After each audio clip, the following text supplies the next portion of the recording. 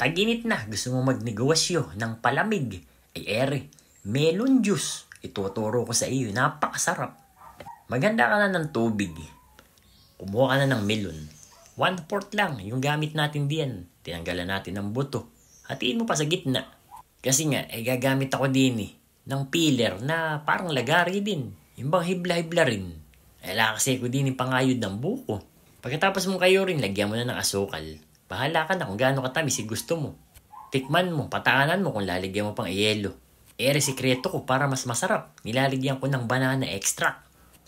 Patakan mo lang yan Napakatindi ng amoy niya na talagang yung lasa ando doon din. Nilagyan din natin ng orange na food coloring para magandang tingnan.